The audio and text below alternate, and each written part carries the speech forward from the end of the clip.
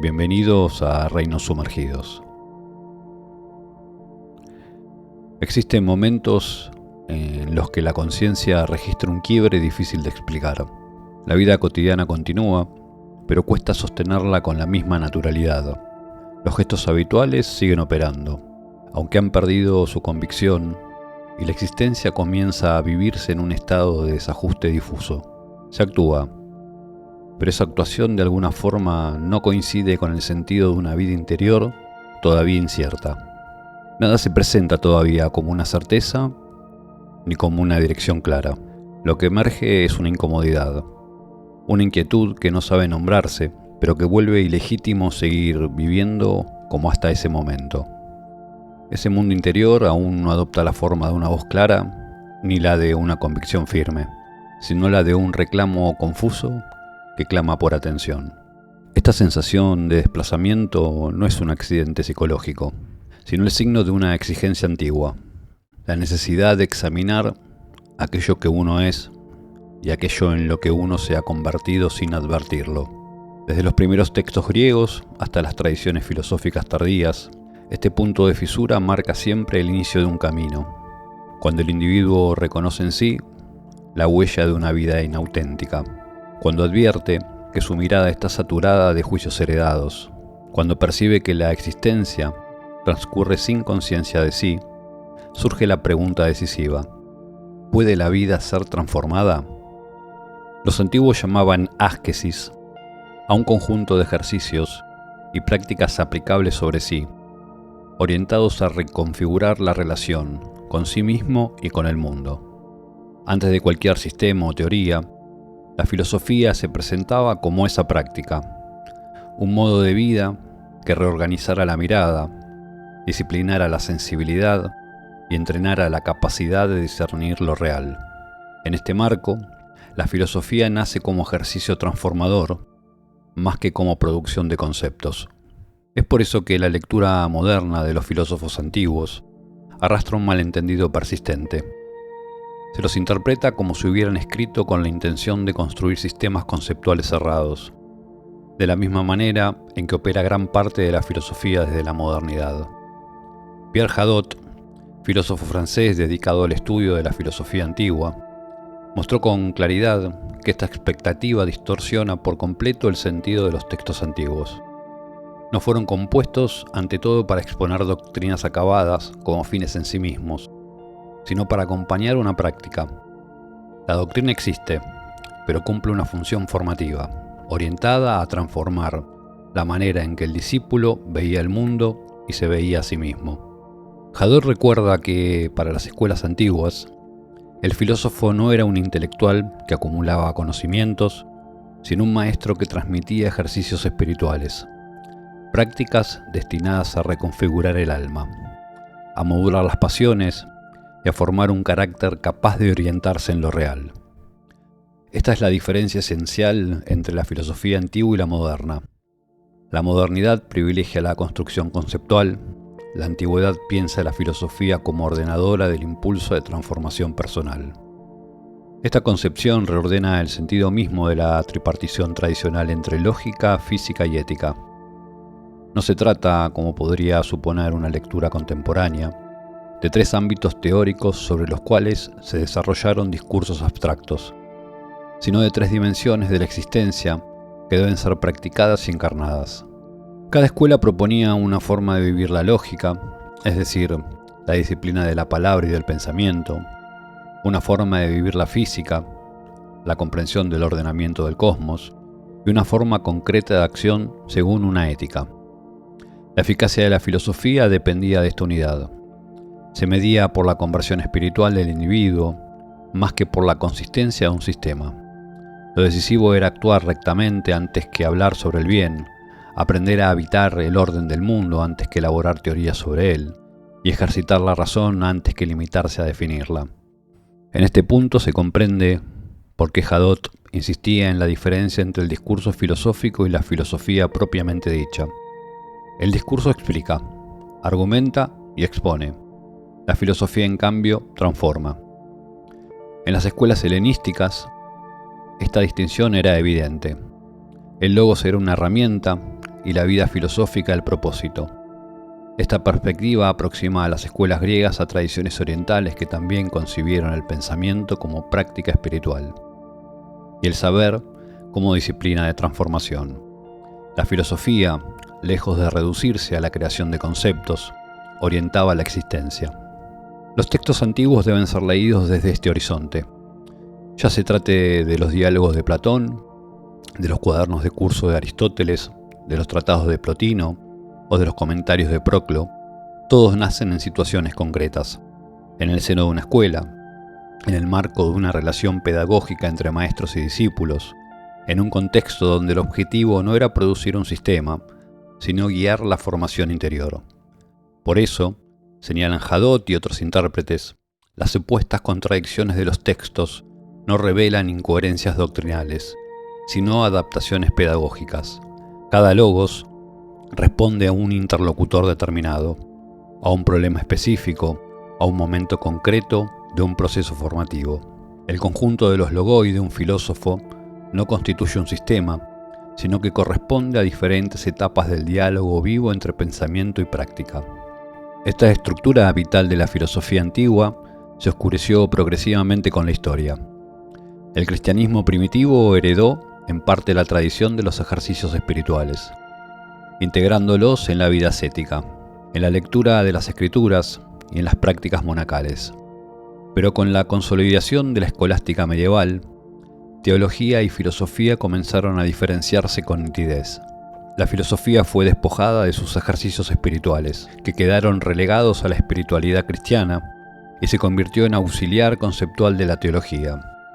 En la modernidad, cuando la filosofía recuperó su autonomía, lo hizo conservando la herencia teórica medieval. Se configuró como disciplina sistemática, cada vez más perfeccionada en su rigor conceptual, pero desligada del trabajo interior sobre el sujeto. La separación progresiva entre filosofía y teología tuvo también efectos sobre el lenguaje. El término ascesis, del que deriva la palabra ascetismo hoy más conocida, fue estrechando su sentido. En la antigüedad no designaba una renuncia al mundo, sino un trabajo sistemático de transformación de la vida. Foucault situó esta ruptura en un punto aún más preciso, el momento cartesiano.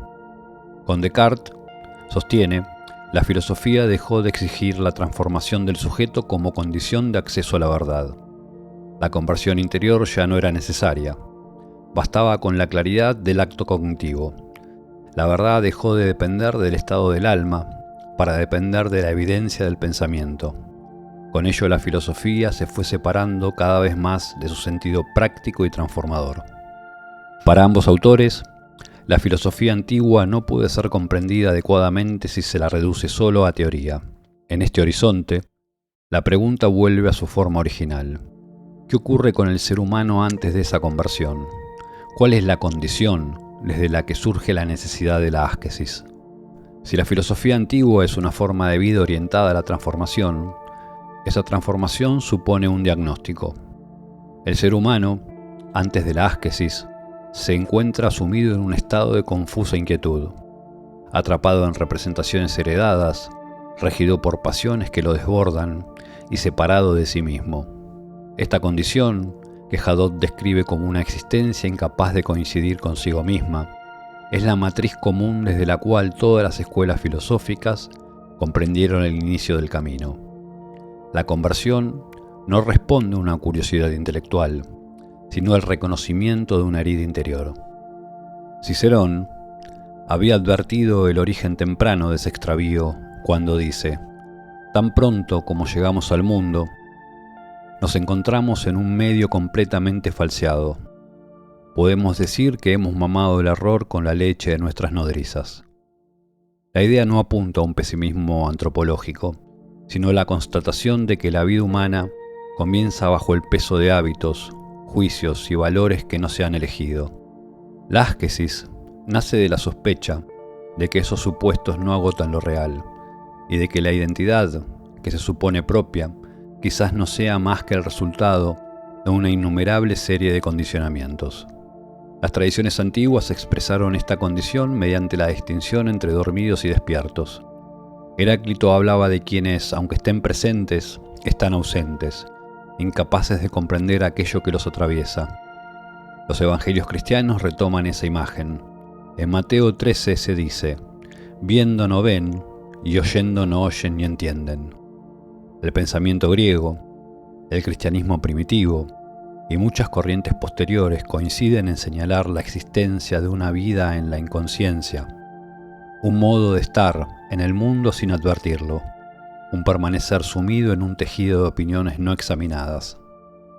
La filosofía aparece cuando esta inconsistencia se vuelve intolerable, cuando el sujeto percibe una contradicción entre lo que hace y lo que es, entre su vida exterior y su vida interior. Hadot lo formula con extrema claridad. El hombre, antes de la conversión filosófica, se encuentra inmerso en un estado de confusa inquietud, víctima de sus preocupaciones, desgarrado por sus pasiones, sin existencia verdadera. Esta inquietud es el primer signo de despertar espiritual. Se registra una incomodidad ontológica, la sensación de que la vida se ha vuelto extraña, como si algo profundo reclamara ser reconocido. Paul Bain, historiador del mundo antiguo, explica por qué esa incomodidad no aparece en todos. Las enfermedades del alma tienen la particularidad de que los pacientes no se sienten enfermos. Los dormidos no perciben su estado. Los despiertos se descubren en conflicto y buscan orientación. La conversión filosófica transforma esa incomodidad inicial en un trabajo de conocimiento de sí. Séneca, escribiendo a Lucilio, describe el primer gesto de esta etapa. Examínate a ti mismo, escudriñate y obsérvate por varias partes. No se trata de introspección psicológica en sentido moderno, sino de un examen integral que involucra actos, afectos y juicios. Séneca insiste en que la filosofía no está en las palabras, sino en las obras.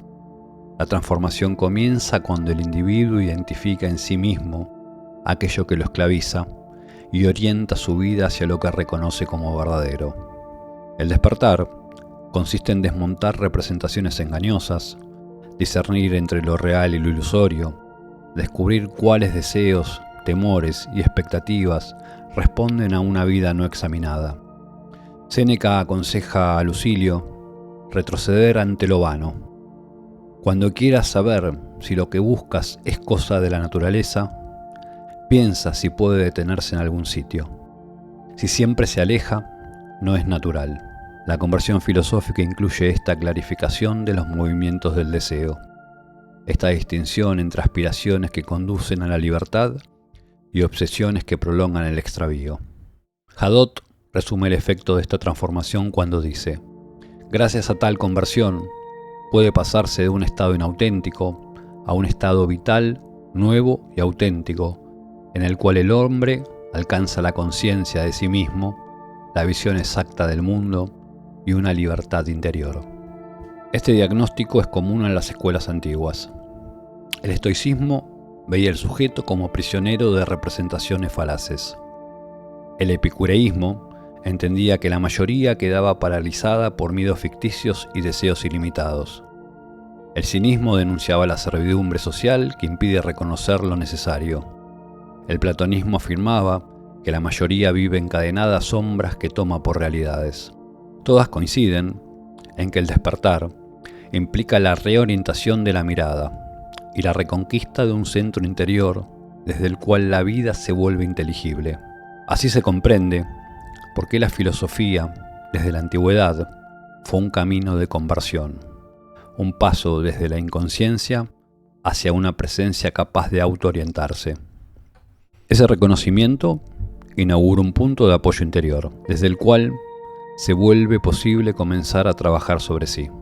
Si la conversión filosófica comienza con el reconocimiento del propio extravío, el siguiente paso es el trabajo concreto sobre la vida. Cada escuela antigua elaboró un método para conducir esa transformación. Un conjunto de ejercicios espirituales, prácticas, reglas de vida y disciplinas del pensamiento que orientaban el movimiento interior del discípulo. Aunque sus doctrinas diferían, Compartían un mismo objetivo: formar un sujeto capaz de habitar el mundo con claridad, libertad y presencia. Los cínicos buscaron romper el poder modelador de la convención social mediante una elección de vida radical: austeridad, exposición deliberada a la intemperie, entrenamiento del cuerpo y la voluntad, renuncia a los deseos superfluos. Diógenes afirmaba que nada se consigue sin entrenamiento. Por eso distinguía entre un ejercicio corporal y otro espiritual, ambos orientados a recuperar la independencia interior, perdido bajo el peso de las expectativas sociales. La asquesis cínica consistía en despojarse de todo aquello que lo alejaba de lo esencial. El estoicismo desarrolló una pedagogía más reglada: el control de las representaciones mentales, la atención constante, ejercicio llamado prosoqué, el examen de los impulsos, la construcción racional de un orden afectivo. Epícteto instruía a sus discípulos en dos tipos de ejercicios: los sofísticos y los éticos, cuyo propósito era dominar las imágenes que perturban el alma y alcanzar la ataraxia, la serenidad desde la cual se hace posible el juicio verdadero. La conversión estoica se obtenía mediante una vigilancia permanente del pensamiento. El epicureísmo propuso una terapia destinada a la supresión del miedo y a distinguir los deseos naturales de los vanos. En la carta a Meneceo, Epicuro define su tetragramatón: recta opinión sobre los dioses, recta opinión sobre la muerte, recta opinión sobre el placer, recta opinión sobre el dolor. Cada una de estas operaciones buscaba neutralizar falsas creencias que mantenían al individuo en un estado de inquietud. La transformación interior surge de reconocer lo que es necesario, lo que es natural y lo que es vano. Estas formas antiguas de trabajo sobre sí tuvieron continuidad más allá del mundo helenístico. En el cristianismo temprano, los padres del desierto continuaron esta tradición de asquesis bajo nuevas formas. Desde el siglo IV, muchos monjes abandonaron las ciudades para vivir en el desierto, ya sea como eremitas o en comunidades bajo una regla común, es decir, como cenobitas. El retiro prolongado, la oración ininterrumpida, el silencio, la vigilancia de los pensamientos y la purificación del corazón configuraban un camino orientado al contacto con lo divino. Aunque su horizonte teológico difiere del de las escuelas filosóficas, comparten la convicción de que la vida puede y debe ser reconfigurada desde su raíz. La modernidad también produjo una constelación de prácticas que tensionan la configuración del yo.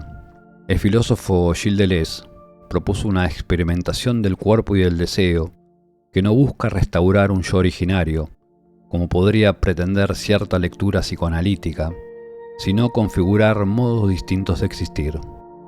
En este itinerario, Deleuze, Artaud y otras voces exploran los límites de la subjetividad y los umbrales en los que la transformación puede volverse peligrosa o fecunda.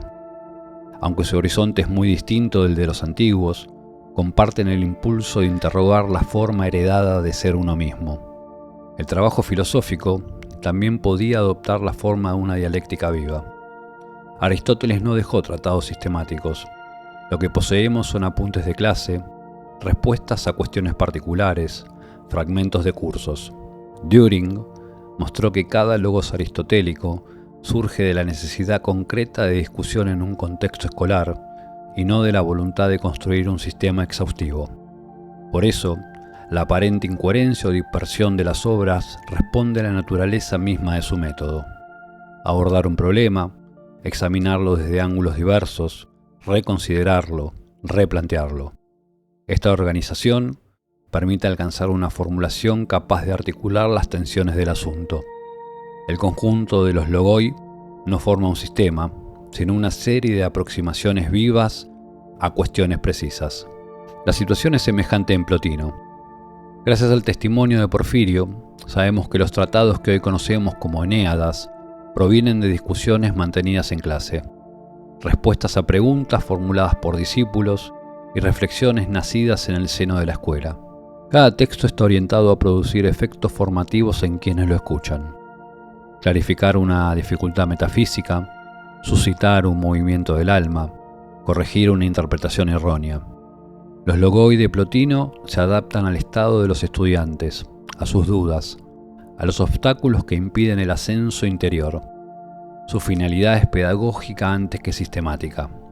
Este horizonte permite comprender por qué las obras antiguas no deben leerse como exposiciones doctrinales, sino como, tomando la noción de Foucault, tecnologías del yo. No contamos con ningún tratado completo destinado a sistematizar de manera exhaustiva las estrategias de transformación, pero las soluciones dispersas permiten reconstruir parte de la tradición. Filón de Alejandría es una fuente privilegiada. Gracias a sus textos se distingue un repertorio de ejercicios de inspiración estoico-platónica que delinean una terapia espiritual precisa. Entre ellos figura el estudio, conocido como cétesis, el examen profundo, skepsis, la escucha, acróbasis, la atención, prosoqué, el dominio de uno mismo, la encrateia, las meditaciones, meleteia, la rememoración del bien, el cumplimiento de los deberes y la independencia ante las cosas indiferentes. La conversión filosófica se manifiesta en estos ejercicios. Prácticas orientadas a la purificación de la sensibilidad, la rectificación del pensamiento, la disciplina de los afectos, la construcción de una vida en conformidad con la razón. Cada escuela configura su propio método terapéutico, pero todas comparten la convicción de que el alma puede ser trabajada y que ese trabajo produce una transformación real de la existencia. En este punto surge una pregunta inevitable. ¿Qué riesgos implica someter el yo a un proceso tan radical? Todo proceso de transformación profunda abre un espacio de riesgo.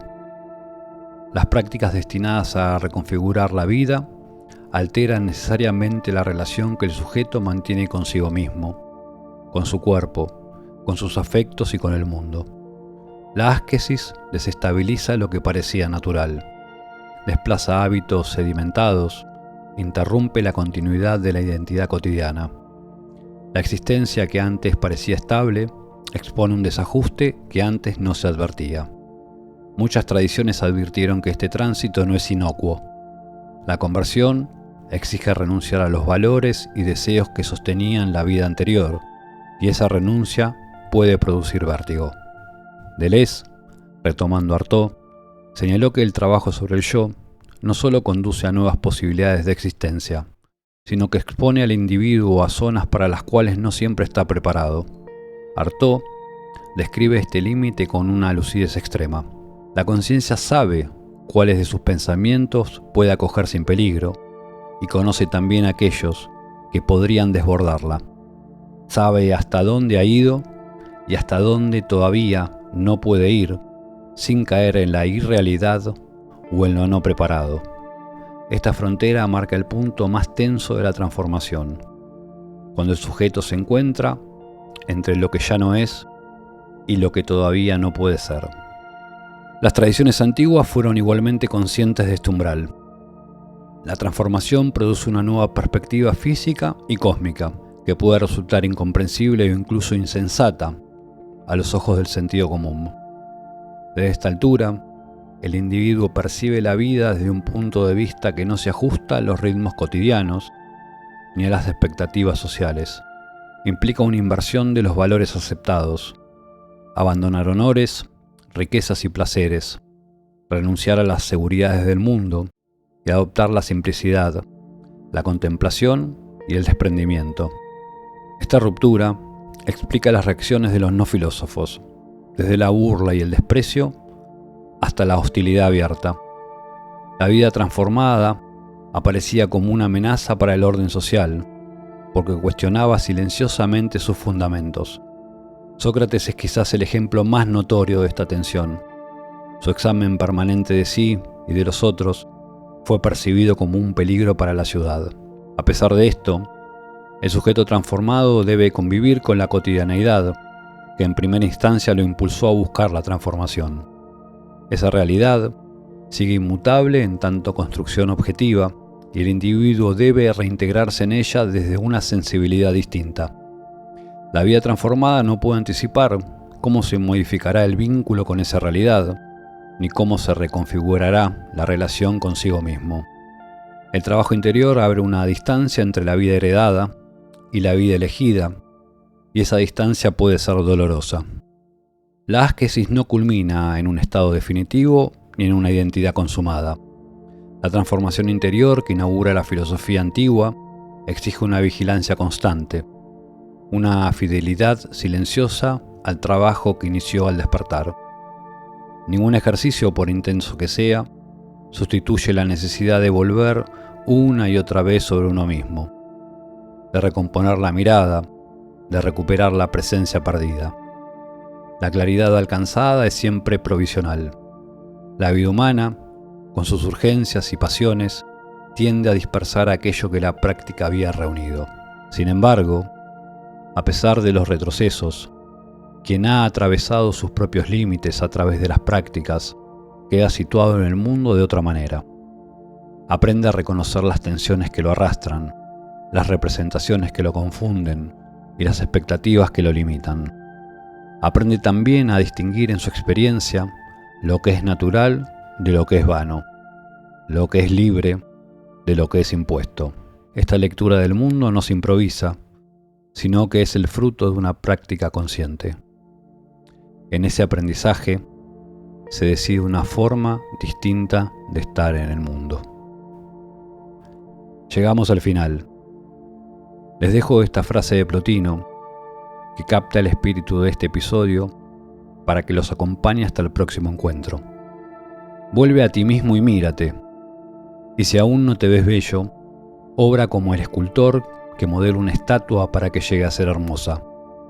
Elimina esto, pule aquello, quita lo superfluo, endereza lo que está torcido, purifica lo oscuro para que brille.